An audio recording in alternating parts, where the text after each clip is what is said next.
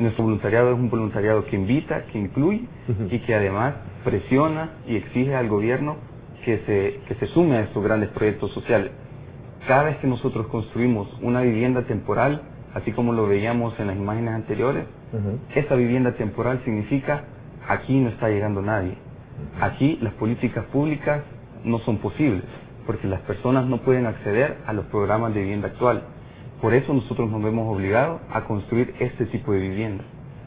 Y así como aparecían unas 2 casas por ahí, hemos construido 1933 viviendas a lo largo de 9 años. Significa que ese es un trabajo pendiente que tenemos como país de sustituir estas viviendas temporales por viviendas realmente dignas y definitivas. Entiendo que tienen 3 tipos de, ¿cómo se le llama?, de construcciones, ¿no? O de atención a estas familias en cuanto a viviendas. Nosotros las temporales, entiendo. Tenemos un modelo único de construcción que es a través de la vivienda de emergencia, la vivienda temporal. Nuestro modelo de intervención social es de 3 etapas, porque nuestro objetivo no es llenar de viviendas temporales todo El Salvador. Nuestro objetivo es eliminar la exclusión y la pobreza, y para eso nosotros tenemos un modelo de intervención social que inicia con la construcción masiva de viviendas temporales. ¿Qué importancia entonces ha tenido el tema de vivienda en las agendas políticas, para ser más exactos? Pues para ser más exactos, el tema de la vivienda en las políticas públicas no ha tenido ninguna atención. Y eso es lo que los pobladores, después de los terremotos del 2001, se organizan en una asociación en el Departamento de La Paz, y ese movimiento ha ido creciendo. Los asentamientos precarios urbanos ya tienen un movimiento social. Las cooperativas de vivienda por ayuda mutua también tienen un movimiento social. Familias que viven en los mesones, en el centro histórico, de igual manera. Nuestro país no está para que todo lo haga el Estado, o para que todo lo haga la sociedad civil, o para que todo lo hagan los bancos. Creo que hay que unir esfuerzos, y en ese sentido, los bancos tienen también que arriesgar un poco más. Rector, construir viviendas es sinónimo de hablar de generación de empleo. Es un factor multiplicador que genera otros beneficios, como el caso del empleo, que viene siendo un factor también muy deprimente en nuestro medio. Bueno, no solamente un factor de empleo, de desarrollo, realmente la construcción de vivienda es de los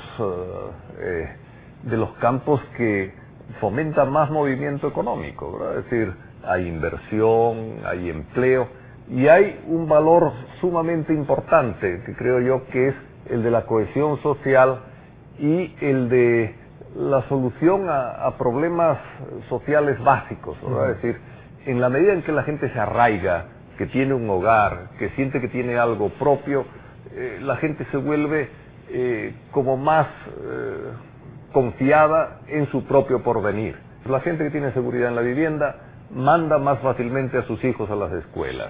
Las familias que tienen propiedad de su propia vivienda, es decir, tienden a ser más integradas, tienden a tener más seguridad, más confianza en las instituciones, y eso es básico para el desarrollo de un país. Entonces yo creo que apostarle a la vivienda nos mejora la realidad por todas partes, económica, social, familiar, etcétera, es decir, muy integral.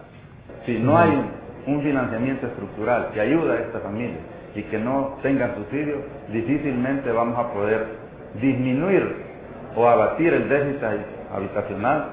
Usted los medios lo acotaba en el sentido de que teniendo vivienda se mejora el hogar, y teniendo un hogar se mejoran las condiciones de atención a nuevas generaciones, que desde luego hoy son factor multiplicador negativamente hablando, como lo hemos expresado en varias veces, sobre el tema de lo disuasivo que es la parte del hogar, los jóvenes sin hogar, y que de alguna u otra forma esto se convierte en un factor negativo socialmente hablando. Eso me parece a mí que es evidente, y que si no lo trabajamos ahora, estamos perpetuando las situaciones esas de las que sistemáticamente nos estamos quejando. Yo creo que los gobiernos nuestros a veces han hecho políticas públicas demasiado en abstracto, sin fijarse en la realidad, sin profundizar en la realidad. Y han hecho políticas públicas atendiendo especialmente a los sectores que pueden protestar si no se les atiende, ¿verdad? Estamos dando más a quien tiene más. Eso es clarísimo, por ejemplo, en el sistema de salud, es decir, que recibe más el que tiene más. El que está en el seguro social es el que cotiza, tiene normalmente un poco más de dinero y recibe mejor salud que el que no cotiza, ¿verdad? O tiene pensión, ¿quién? El que tiene más, ¿verdad? Entonces, estamos dando más a quien tiene más en nuestras políticas públicas. Y eso es un grave error, ¿verdad? Es decir, las políticas públicas en vivienda, lo mismo, dan más al que tiene más, ¿verdad? Es decir, si tienes a partir de 4 salarios mínimos, te apoyan con financiamiento. Si tienes menos, no te apoyan.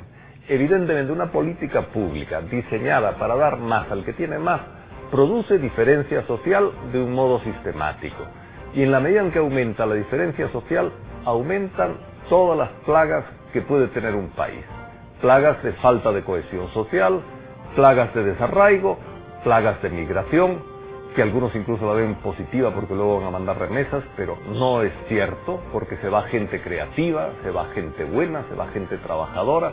La migración puede tener algunos efectos positivos, pero no es un bien para un país, ¿verdad?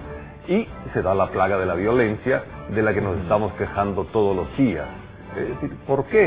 Es decir, porque nuestras políticas públicas están enfocadas a dar más al que tiene más. Y lo mismo pasa en la vivienda. Entonces la vivienda es un elemento tan básico, ¿verdad?, para la cohesión familiar, y desde la cohesión familiar para la cohesión social, es decir, que yo creo que debíamos ponerlo como una primera prioridad dentro de las necesidades de buenas políticas públicas. Y en la medida en que nosotros reconozcamos a la vivienda como un derecho y no como una mercancía, creo que le vamos a dar la prioridad que se necesita. Quiero rescatar el ejemplo que se vive en Chile en este momento, que este año 2010 se han comprometido a erradicar los asentamientos marginales. Eso quiere decir que ninguna familia chilena va a vivir en condiciones de vulnerabilidad. Y eso lo ha hecho a través de una alianza público-privada y a través de la sociedad civil. La persona se tiene que volver el centro de todas las actividades del Estado. Y quiero retomar el evento que acaba de ocurrir del rescate de los 33 mineros. Eso detuvo a todo Chile y unió a la nación. La empresa privada estuvo metido de lleno, el presidente Sebastián Piñera estuvo metido de lleno, los pobladores del asentamiento también. Entonces, acá en El Salvador tenemos nuestros propios mineros, y no son 33, son 2 millones de salvadoreños que viven sumergidos en la pobreza, viviendo en condiciones de vulnerabilidad. Y no están soterrados bajo 700 metros de piedra, están soterrados bajo un sistema estructural que los excluye permanentemente. Y al igual como los mineros unieron a todo Chile, así nos tienen que unir las vidas de esos 2 millones de salvadoreños.